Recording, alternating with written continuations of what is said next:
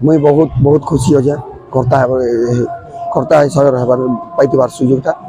पाइते से सुजोग पाइक मुझे बहुत खुशी अच्छे सुनिया मंदिर प्रतिष्ठा देखुन बहुत भल हिसाब से तार माने भगवान आगे करूँ बोली प्रभु जगन्नाथ निवेदन है प्रथम तापर आम मंदिर प्रतिष्ठा तार जेन किस्म आम तमें कौन झमेला जाटी भी टिके भी ना कलंक ना आसिक बाधा विघ्न नहीं करी आम भल भाव ग्रामवासी मिलित हिसाब से चेष्टा कर भल कर सुचारू रूपे कार्य भी तुले पार और गाँव वालों संगे पाखर लोक भी सहयोगता कर समस्ते आज दीर्घ 52 वर्ष पर आमर मंदिर प्रतिष्ठा होचे से लगे आम मंदिर कमिटी ग्रामवासी समस्त बहुत खुश ग्राम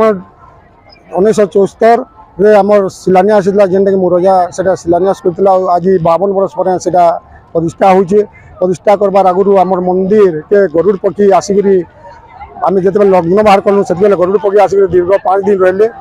तारपर आम मंदिर के भगवान आसले बोली आम निजे को अनुभव कलु यहाँ मंदिर प्रतिष्ठा होबार लगे जेन प्रकार आमर इन मनोरंजन कार्यक्रम माने होचे मीना बाजार होचे